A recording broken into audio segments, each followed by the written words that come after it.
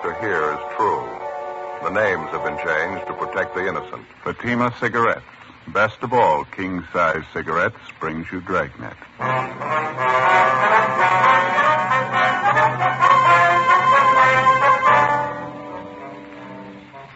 You're a detective sergeant. You're assigned a robbery detail. An unidentified armed bandit starts a campaign of jewelry store holdups in your city. The robberies are carefully planned, carefully executed. The bandit commits brutal attacks on each of the victims. Your job? Get him.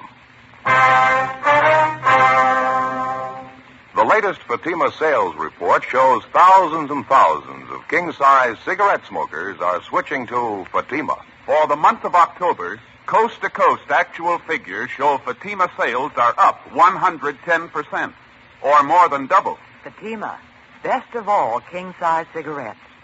Definitely the best quality in its class, but the same price as the cigarette you're now smoking. Remember, thousands of Americans are switching to extra mild Fatima. Next time, insist on the best, king-size Fatima, in the distinctive golden yellow package.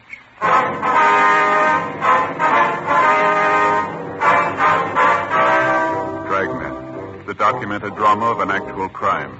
For the next 30 minutes, in cooperation with the Los Angeles Police Department, you will travel step by step on the side of the law through an actual case transcribed from official police files. From beginning to end, from crime to punishment, Dragnet is the story of your police force in action.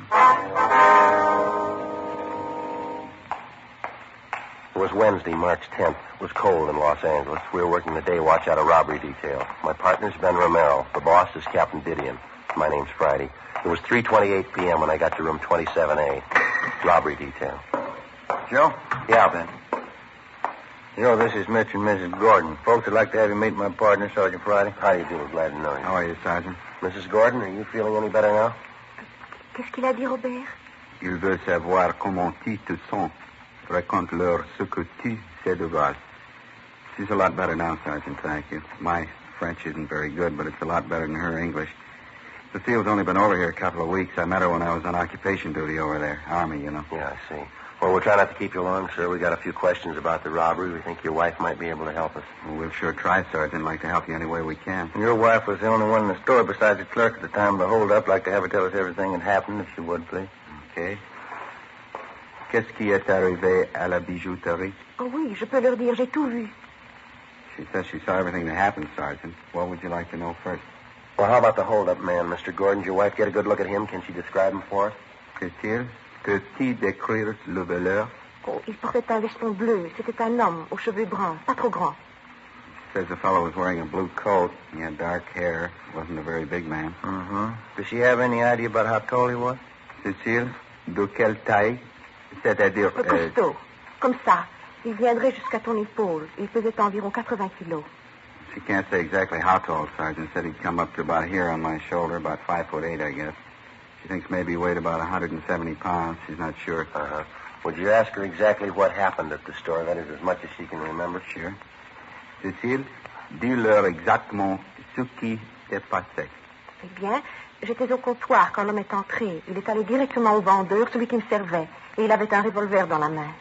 Well, she says she was standing by the counter, Sergeant, when the hold-up man came in. Uh-huh. Says the fellow went over to the clerk, the man who was waiting on her. Says the fellow had a gun in his hand. Would you ask her to go on, please? Et après, Cécile? Il a forcé le vendeur à lui donner tous les bijoux et les a mis dans un sac de papier. She says the hold-up man made the clerk get up the jewelry. The guy took it and dumped it in a paper bag. Cécile, et après? Puis, sans raison, après avoir obtenu tous les bijoux, il s'est mis à battre le vendeur avec le revolver. C'était terrible, terrible. J'ai commencé à crier, puis il m'a battu. C'est tout dont je me souviens. C'était terrible. Well, after he got all this jewelry in the paper bag, the thief began beating up on the clerk. She says for no reason at all, he began slugging the clerk with a gun he was carrying. Really got nasty with him. Naturally, it scared the wife, and she let out a scream. He turned around and hit her. She says that's all she remembers. She'd sure like to get my hands on that lousy punk. Yeah, I understand how you feel, Mr. Gordon. Could you ask your wife if there's anything else about the hold-up man she remembers? Cécile, te rappelles-tu d'autres choses à propos de cet homme? Avait-il quelque chose d'extraordinaire? Non, non, Robert. Well, that's about it, Sergeant. Well, how about the man's clothes? Does she remember anything else he was wearing besides that blue jacket? Et le reste de ses vêtements? Et par le veston bleu, t'en rappelles-tu? Non. Je crois qu'il avait un pantalon foncé, mais je ne me rappelle pas d'autre chose. J'avais trop peur. She thinks maybe he had on dark trousers. She's not sure, though, since she was too scared to notice. Cécile, portait-il un chapeau? Oh non, il n'avait pas de chapeau. I asked her if he was wearing a hat. She said no, she's sure of that. I see. Well, is there anything else that she can remember about him? Anything at all? Y a-t-il autre chose que la police devrait savoir? Non, je leur ai tout dit. C'est tout dont je me souviens. No, you got it all, Sergeant. Well, thank you very much, Mr. Gordon, Mrs. Gordon. Je comprends pas. Je comprends pas. How's that, ma'am?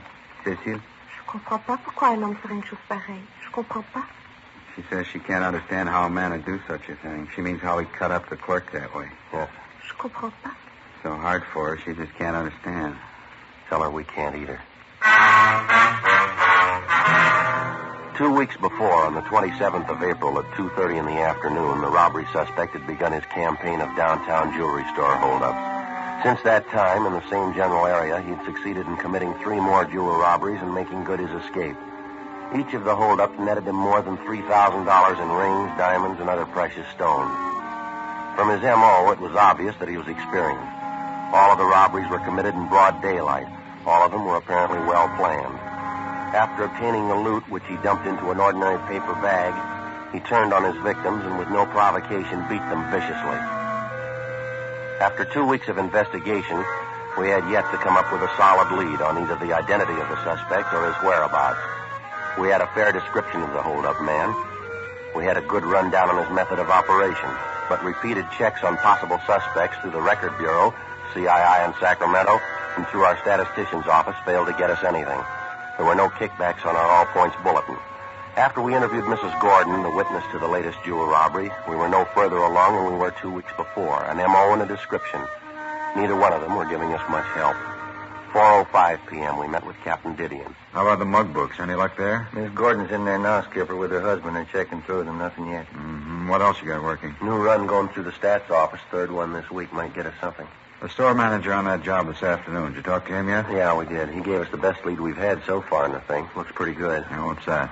Well, we had him checking the mug books, and he came up with a partial identification from one of them, San Quentin release. No. Jack Maynard. He's only been arrested once here, drunk charge. Done time up at Q for robbery before. Ben and I pulled a package on him. We figure he ought to still be serving time at Quentin. Couldn't tell from his record, though. How's that? Well, it's possible he might have been paroled in the last month or so. That'd put him in line for these holdups. Mm-hmm. You check Quentin? We got off the teletype to the warden's office late this morning, Skipper. Ought to have an answer pretty soon. Best lead we've had so far. I hope it stands up. Excuse me. Robbery, Didion. Yeah? Oh, yeah, Matthews now, huh? No, you and the Caleb stay on it. Yeah, that's right. Over the weekend, anyway. Yeah, right. Goodbye. Well, what's the answer? He's had 3 weeks. He's cleared 4 jobs, every one of them in broad daylight. More than $10,000 worth of stuff. Now, how do we reach him? How about some extra manpower, Skipper? Can we manage it? What do you got in mind? Stakeout seems to be the best angle for us with this kind of a setup. How many teams you figure it'll take? Oh, a dozen anyhow. You figure that, Joe? Yeah, just about. The thief seems to be concentrating on the downtown area. All 4 holdups were in the same general neighborhood within a 20-block radius. Mm-hmm. We can't cover all the jewelry stores with a dozen teams. It'll give us pretty good coverage, though. Sure help our chances. Mm-hmm. You checked out all the other angles, huh? Everything. Not doing us much good. Robbery, Didion. Yeah, just a minute. You, Friday. Oh, thanks. Yeah, Friday talking. Yeah, that's right. Mm-hmm. That's so. No, we'll pick it up. Thank you. This communications just got an answer on that teletype to Quentin. On Jack Maynard, what'd they say? No lead. He's still in prison. We went back and started again from the beginning. With our best lead gone, there wasn't any alternative. The following day, Thursday, March 11th, the stakeouts went into effect. A dozen jewelry stores in the immediate downtown area, all of them potential hold-up victims, were placed under constant surveillance. 3 days passed. Nothing happened. No sign of the hold-up man. We stayed on it. Tuesday, March 16th, 11 a.m. At a small downtown jewelry shop, 3 blocks from the nearest stakeout team, the bandit committed his 5th successive robbery and made good his escape. The M.O. and description matched in almost every respect. Ben and I answered the call and drove to the scene of the holdup to interview the victim, a Mr. Walter Myers. He came straight back this way, just where I'm walking. I was at the end of that counter there, just where you are. He had a brown paper bag in one hand, and it was just a couple of feet from me. He put his other hand in his coat pocket, and he came up with a gun, pointed it right at me. Store was empty at the time, sir? No customers around? Yeah, that's right. Just myself and my son-in-law, Herb, in the back room. I guess he heard this thief talking to me, and he came out to see what it was all about. That's when the fireworks started. And what happened? Well, he made Herb line up along the counter right next to me. By this time, he had all the loot he wanted in that paper bag he was carrying. Just when I thought he was going to leave, he turned around. All of a sudden, he said to Herb, "You think you're a smart guy, don't you?" Then he slugged Herb with the gun. Brought it right down on the side of his head, all his might. That's when the fight started, is that right? Just about, yeah. Herb fell down on one knee. There was a great big gash on the side of his face. Even when he was down, the thief kept slugging Herb, kept pounding him in the face with that gun. Herb wasn't doing anything. I got good and sore. What happened then? Well, I didn't care what happened. I just got sore at the lousy crook. I made a dive for him, grabbed him around the chest. Here, something like this. Yeah. The two of us went down on the floor, and I wrestled him for the gun. That's when it went off. A wild shot. Plowed right into the wall over there. Herb picked himself up and piled on the guy, too. I guess the crook really must have figured he was through, fought like a wild man. I had a good hold of the top coat he had on, but he slipped right out of it. He grabbed his gun and the paper bag and ran out of the store, left me there holding an empty coat. And this is the coat he was wearing right here, is that right? Yeah, that's it. You can see one of the sleeves there. See? They almost ripped it clean off trying to get away. Yeah, I see. I already looked through the pockets. Nothing in them. Now, how about this description of the man, Mr. Myers? You're pretty sure of that, are you? Yeah, I'm positive, Sergeant. Ben, you want to call the crime lab? There's a phone booth right over there. Do you mind? Oh, yeah, thanks. I wonder if I could check that spot where the bullet hit Mr. Myers, that wild shot he fired. Oh, yeah. Right over here, Sergeant. Fine. Back of the cash register. Yeah. Bedded in there pretty solid. Yeah, lucky it was the wall, not one of us. Say, I got a pocket knife here if you want to dig it out. No, sir. We've got a crew on the way out from our crime lab. Ballistics men. They'll take care of it. I would like to take another look at that top coat, the one the thief was wearing. Oh, yeah, sure. I had already looked it over pretty good. Nothing in the pockets. Couldn't find anything. Here. All right, sir. Just an ordinary top coat, isn't it? There's no label on it. No, you're right. There's nothing in the pockets. What is? Did you find something? Oh, no, sir. It feels like a hole in the pocket here. Good sized one.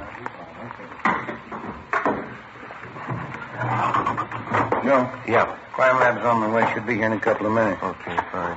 Anything at all in the coat? Oh, I don't know here. Seems to be a hole in this pocket here. It's possible something might have dropped down into the lining of the coat, maybe. Here, let me hold out that end for you. All right, thank you. Let me hold it up a little. That's fine, right Like there. this? Yeah.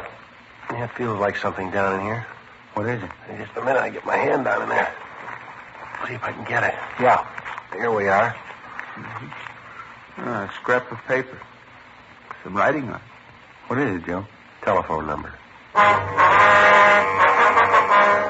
The phone number printed neatly on the scrap of paper was Crestview 92085. There were no other notations.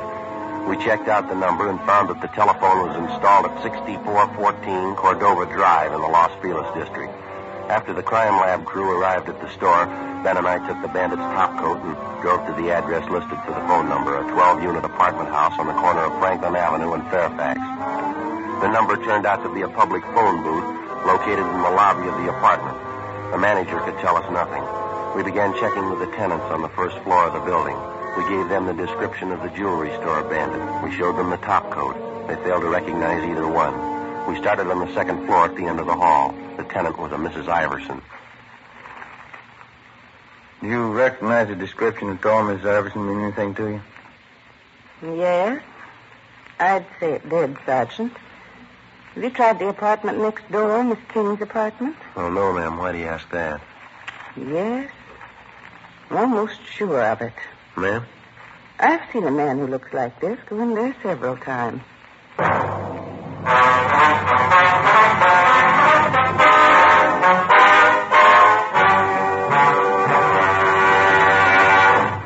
You are listening to Dragnet, Authentic stories of your police force in action.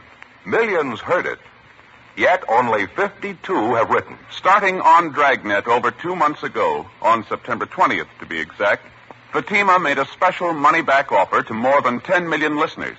The results?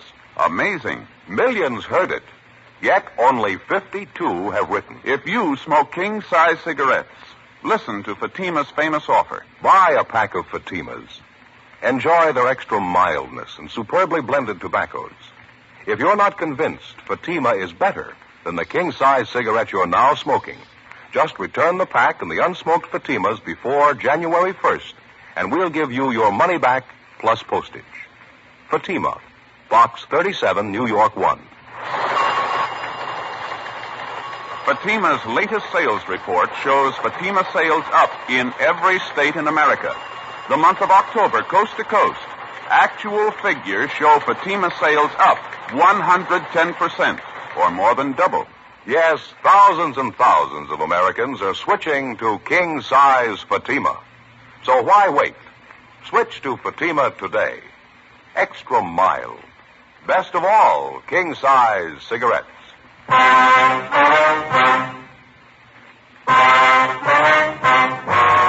March 16th, Tuesday, 2:48 p.m. Ben and I went next door to the apartment where a man answering the description of the jewelry store bandit reportedly had been seen several times. We rang, but there was no answer. We went back and checked with the manager of the building, who told us that the apartment was registered to a Miss Lenore King. He told us that as far as he knew, Miss King worked during the day and that she usually returned to her apartment between 7 and 8 o'clock at night. The manager gave us the address of the place she worked, and we checked it out. It was an exclusive gift shop on La Cienega Boulevard in West Hollywood. We located Lenore King back at the main packing desk where she was employed as a gift wrapper. When we put the question to her that a man answering the description of the jewelry store bandit had been seen visiting her, she readily admitted it. Yes, that's right. I'd say he looks just like that. He drops by my apartment 4 or 5 times a month. His name's Marty. What's his last name, Miss King? Where can we find him? I'm sorry, I never did know his last name. I'm afraid I don't know where you can find him either. Well, how's that, Miss King? He visits you quite a bit. He's a friend of yours, isn't he? Not exactly. I know him. That's about all. He's a friend of a friend. It's more like that. Uh-huh. Excuse me. Sure. I'm sorry. This package has a rush on it. I'll have to wrap it now. Do you mind? No, ma'am. You go right ahead. About this man, Marty, Miss King, you mind explaining a little more? If you don't know him well, why should he visit you so often? Well, to tell you the truth, it's more of a favor than anything. It's for Virginia. She's my girlfriend. Uh-huh. And I wish I never got mixed up in it to begin with. Well, how do you mean, mixed up in what? Well, it's confidential, Sergeant. I'd just as soon not mention it if you don't mind. Well, I'd like to have you tell us everything you know about it. It's a pretty important matter, ma'am. Well, I don't know really how it started. I mean, how the two of them got together, Marty and Virginia. They just met, I suppose. Virginia fell in love with him. She had to find some way out. How's that? Virginia, she was crazy about Marty. I guess she still is. They didn't want to get all involved, though, neither one of them. It's romantic in a way. Could I have the scissors there, Sergeant? Yes, here you go. Well, what two of them want is to see each other once a week. It's enough for Virginia, she says. She loves him, and that's all that counts. She doesn't want to know where Marty lives, what he does, anything about him, and I guess the same goes for Marty. I see. So the two of them get in touch with each other through you, is that it? That's right, usually once a week, maybe once every 2 weeks. I'd just as soon not talk about it if you don't mind, though. I can give you Virginia's address. She can tell you more about Marty than I can. You have no idea where we can locate the man. I'm sorry, none at all. The only contact I have is when Marty phones me or when he comes around. He leaves a message for Virginia where to meet him and when, and then he leaves. I really think you ought to talk to Virginia about it. Uh-huh. Here we are. One thing I don't quite understand, ma'am. Yes? This girlfriend of yours, Virginia, you say she's in love with this fellow Marty? Oh, yeah, crazy about him. And why are they playing this hide and seek? If they're in love, why don't they come out and get married? What's the problem? Virginia. What? She's already married. Before we left Lenore King, we advised her what the situation was. In the event the suspect, Marty, contacted her, she was to get in touch with us immediately. She gave us her promise that she wouldn't disclose our conversation with her. We left her our card, and she gave us the address of her girlfriend, Virginia Brewer. It was a South Argyle Street address, but Mrs. Brewer wasn't at home. 8:15 p.m. We drove to her place of employment, a Valley nightclub out along Ventura Boulevard, where she was appearing in the floor show. She was a dancer. We located her backstage, waiting to go on. You must have some other girl in mind, officer. I don't know anyone by the name of Marty. You sure about that, Miss Brewer? We got it from a pretty good source. Well, I'm sure I don't know where you got it, but it's wrong. The name isn't familiar at all. Who told you this, anyway? Close friend of yours, ma'am. She seemed to know what she was talking about. Who was it? I got a right to know that. Lenore King? Lenore? Why should she tell you a story like that? We wouldn't know, ma'am, unless it's the truth. Of course it's not the truth. I don't know any Marty. I don't even know what this is all about. Well, she says you know the man, Mrs. Brewer. She says you're in love with him. She seemed to have all the details. Now, is there any good reason why she'd tell lies about you? I don't know. You believe what she told you? Yes, ma'am, we do, unless you can prove it's a lie. I'm sorry. That's my introduction. I have to go on. It's all right, ma'am. We'll wait.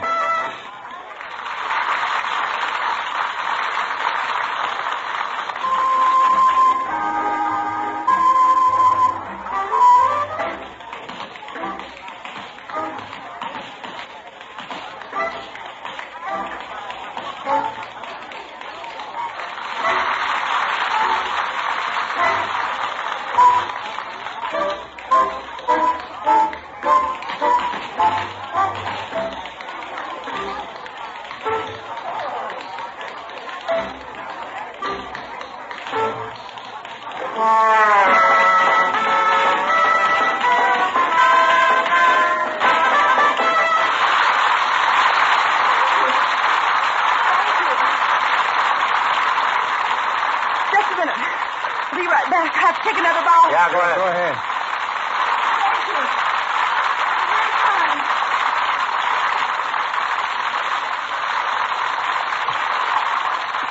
You want to come back here, officers? Dressing room? We can talk there. All right, fine. In here. Thank you. Well, I suppose there isn't any point in trying to cover it over. Only one thing I'd like to ask you. Yes, ma'am? My husband doesn't have to know, does he? I mean, whatever there is to this. You don't have to tell the papers, do you? You can keep it quiet. Well, whatever you tell us will be strictly confidential, ma'am. All right. I know Marty. I've known him for 6 months. Lenore wasn't lying. I'm in love with him. Well, we're not prying into your personal life, Miss Brewer. We just like to locate this man, Marty, that's all. It's pretty important to us. Why is it important? Why do you want him?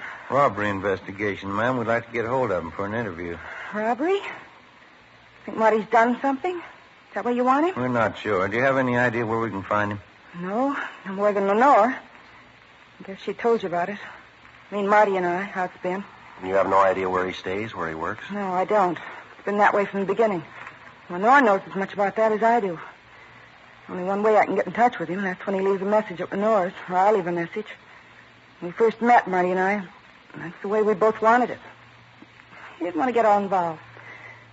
Because of my husband. I didn't either. Have you seen this Marty lately, Miss Brewer? Yes, about 10 days ago. You expect to see him again soon? Well, I don't know. I suppose so. He'll leave a message with Lenore if he wants me. That's all I can go on. Well, could you leave a message for him with Lenore? Yes, I suppose so. Have to wait till he calls, though. Mm-hmm. Can't you tell me more about it, Sergeant? Why do you want him? What's it about? We're going to have to ask your cooperation, ma'am. Your friend's a robbery suspect. We think he's a pretty good one. Marty? Yes, ma'am. Now, the next time he contacts you, the next time he sets up a date with you, we'd like to know where, we'd like to know when. You think he's guilty? Really think he's done something? Well, he's a suspect, ma'am. That's all we know. I guess Lenore told you. I love him. Love him more than anyone. Won't make any difference. Ma'am? Won't make any difference. I love him. Even if he is guilty, it won't make any difference. The will to him. 8:55 p.m. We continued questioning Virginia Brewer. Before we left, we got her promise that in the event the man known as Marty contacted her, she would notify us immediately. 9:20 p.m.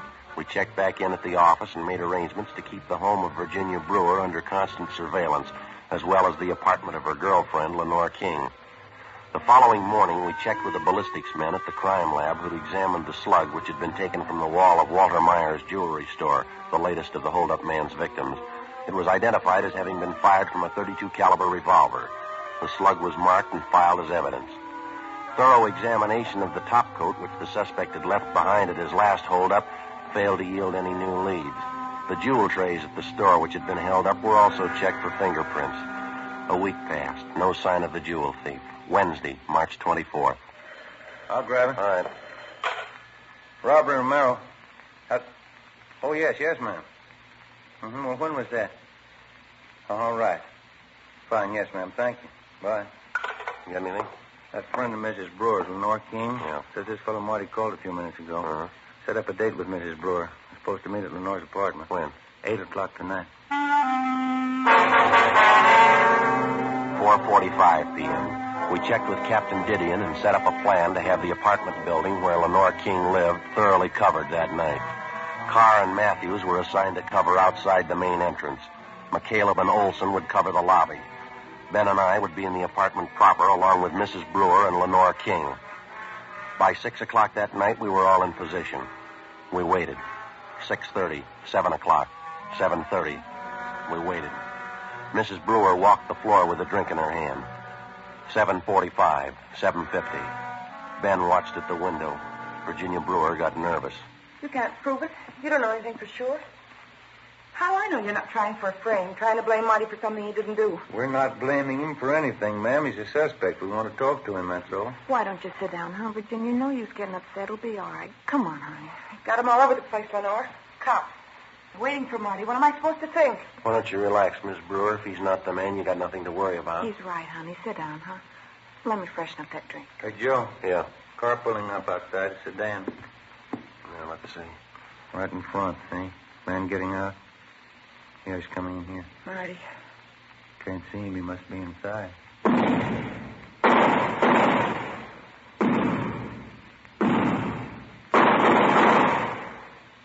Marty.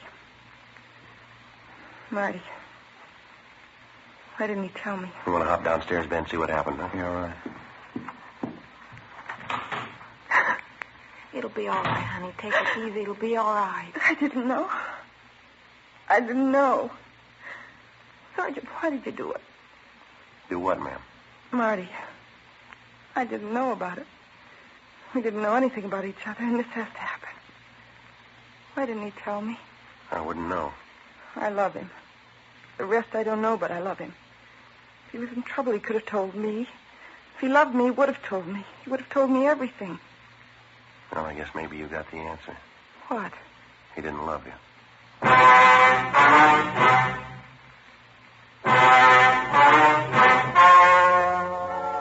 The story you have just heard was true. The names were changed to protect the innocent. On June 29th, trial was held in Superior Court, Department 91, City and County of Los Angeles, State of California. In a moment, the results of that trial. Now, here is our star, Jack Webb. Thank you, George Fenneman. Friends, the man who sells you your Fatimas, your neighborhood cigarette dealer, is a mighty good man to go see during the holiday season. When you drop in, notice Fatima's new poster. It's a reminder that he has Fatimas in smart Christmas cartons.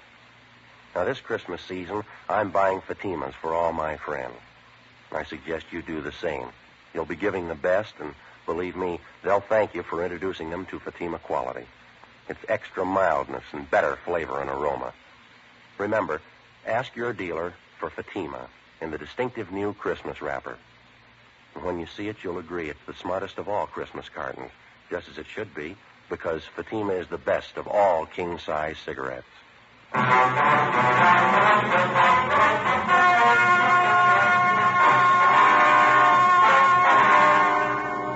The suspect, Martin Arthur Kessington, was wounded, but not fatally, when he attempted to resist arrest.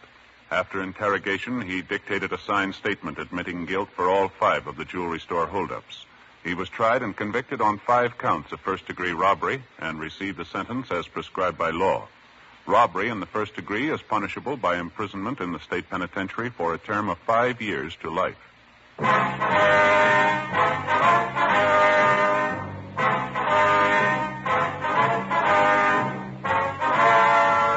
You have just heard Dragnet, a series of authentic cases from official files.